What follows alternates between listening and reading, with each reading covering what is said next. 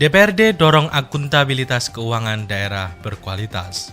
Lonjakan harga kebutuhan pokok perlu ditekan. Berdayakan perempuan, perempuan berdaya. Masyarakat harus aktif laporkan peristiwa kependudukan. Satuan Jateng verifikasi 60 KK Bansos renovasi rumah di Purbalingga. Hai Dulur Jateng, apa kabar hari ini? Selama beberapa menit ke depan, Parlemen Inframe akan menemani Anda dengan rangkaian informasi kegiatan DPRD Provinsi Jawa Tengah bersama saya Bintari Setia. Saya Renaldi Eka, dan inilah Parlemen Inframe selengkapnya.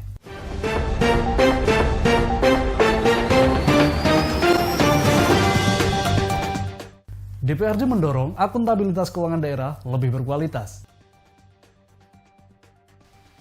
Wakil Ketua DPRD Provinsi Jawa Tengah, Ferry Wawan Cahyono, menghadiri acara pengukuhan dan serah terima jabatan Kepala Perwakilan Badan Pengawasan Keuangan dan Pembangunan Jawa Tengah di lantai 2 Kantor Gubernur pada Selasa 8 Februari 2022. Gubernur Ganjar Pranowo mengukuhkan Tri Handoyo sebagai Kepala BPKP Perwakilan Jawa Tengah, menggantikan pejabat lama Raden Soehartono. Dalam kesempatan itu, hadir langsung Kepala BPKP Muhammad Yusuf Ateh, Forkopimda, dan sejumlah kepala daerah. Ferry berharap dengan kepemimpinan Tri Handoyo dapat menjadikan penyelenggaraan akuntabilitas keuangan negara dan daerah yang berkualitas. Selain itu, dapat mendorong kelancaran dan keberhasilan tugas-tugas pemerintah dalam mewujudkan pemerintahan yang baik, bersih, dan bebas dari KKN. BPKP Perwakilan Jawa Tengah memiliki wilayah kerja meliputi seluruh instansi pemerintah, baik pemerintah daerah maupun instansi vertikal lainnya, serta BUMN, BUMD, BHMN, dan BLU yang berada di wilayah binaan sebanyak 36 instansi pemerintah daerah. Dari sejumlah tersebut, wilayah binaan perwakilan BPKP Provinsi Jawa Tengah adalah 30 instansi pemerintah daerah yang terdiri atas pemerintahan provinsi, 5 kota, dan 24 kabupaten. Lonjakan harga kebutuhan pokok masyarakat perlu ditekan. Beberapa komoditas bahan pokok saat ini mengalami kenaikan harga sehingga cukup memberatkan masyarakat. Dari kondisi itu dibutuhkan kehadiran pemerintah untuk menekan lonjakan harga tersebut. Seperti disampaikan Wakil Ketua DPRD Provinsi Jawa Tengah Sukirman saat menjadi narasumber dalam dialog di Radio Suara Widuri Pemalang pada Jumat 11 Februari 2022. Pada kesempatan itu, ia menilai hal tersebut bertujuan untuk mengontrol kondisi harga komoditi pangan di pasar tidak naik signifikan. Sependapat, anggota Komisi B DPRD Provinsi Jawa Tengah Sofwan Sumadi sangat setuju apabila pemerintah daerah di sini turut andil mengontrol perkembangan harga kebutuhan pokok sehingga perkembangannya bisa terpantau oleh masyarakat luas. Beberapa informasi yang didapatnya dari daerah pemilihan atau Dapil Pemalang dan sekitarnya, harga minyak goreng masih belum bisa terjangkau oleh masyarakat. Sementara, narasumber lain dalam dialog radio itu yakni anggota Komisi E DPRD Provinsi Jawa Tengah Ahmad Ridwan berharap masyarakat dapat berinovasi untuk mengganti beras dengan pemanfaatan hasil pangan lokal lain sebagai bahan makanan pokok. Hal tersebut dinilai lebih bermanfaat untuk peningkatan produksi.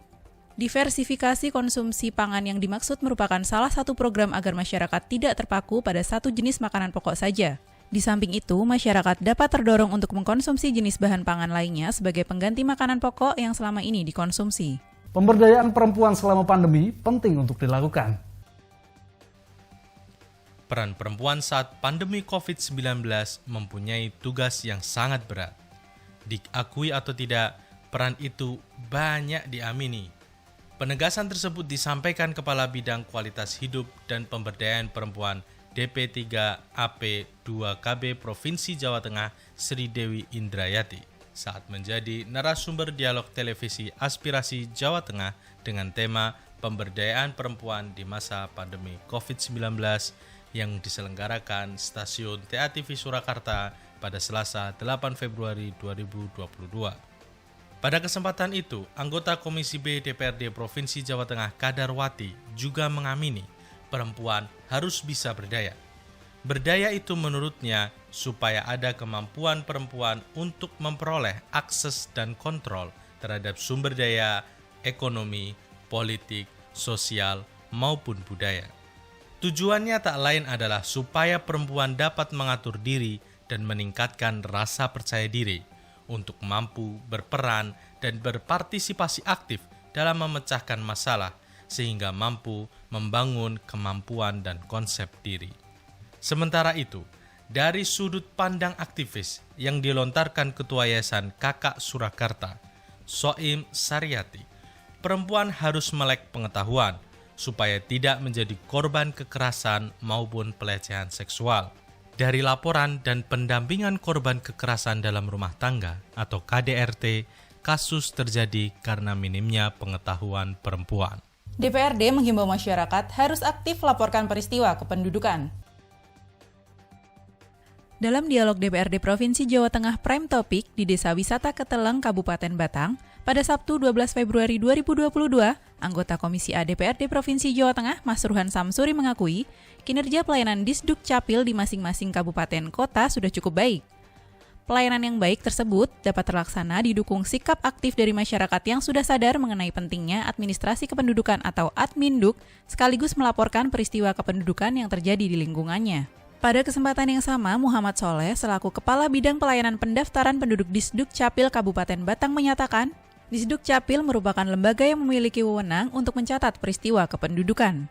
Peristiwa kependudukan yang dimaksud adalah peristiwa yang mengakibatkan perubahan data jumlah penduduk pada suatu daerah tertentu. Dalam praktiknya, Disduk Capil akan mencatat peristiwa kependudukan tersebut berdasarkan laporan dari masyarakat yang kemudian diupdate ke database pusat. Dalam hal ini, perangkat desa juga ikut berperan dalam peristiwa kependudukan yang terjadi. Seperti disampaikan Wahyudi sebagai Kepala Desa Keteleng, Kecamatan Blado, Kabupaten Batang. Ia mengakui terdapat beberapa kasus di mana ada masyarakat yang masih terlambat melaporkan peristiwa kependudukan, khususnya kematian. Setban Provinsi Jateng verifikasi 60 KK Bansos renovasi rumah di Purbalingga. Sekretariat DPRD Setban Provinsi Jateng meninjau Desa Binaan yang berada di Desa Jambu Desa, Kecamatan Karanganyar, Kabupaten Purbalingga pada Senin 7 Februari 2022.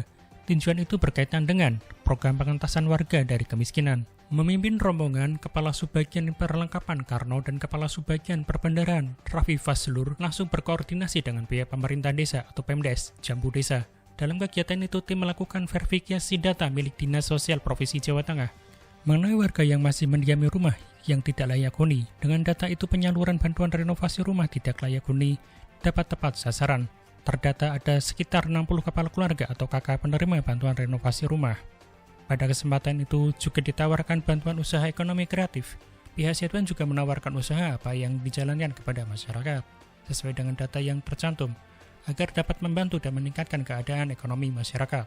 Data verifikasi yang diperoleh itu selanjutnya direkap dan disusun menjadi laporan kepada Sekretaris Dewan atau Sekwan DPRD Provinsi Jawa Tengah Urip Sihabudin untuk ditindaklanjuti. Saya Renaldi Eka. Saya Bintari Setia. Terima kasih atas perhatian Anda. Salam Berlian TV, Aspiratif, informatif.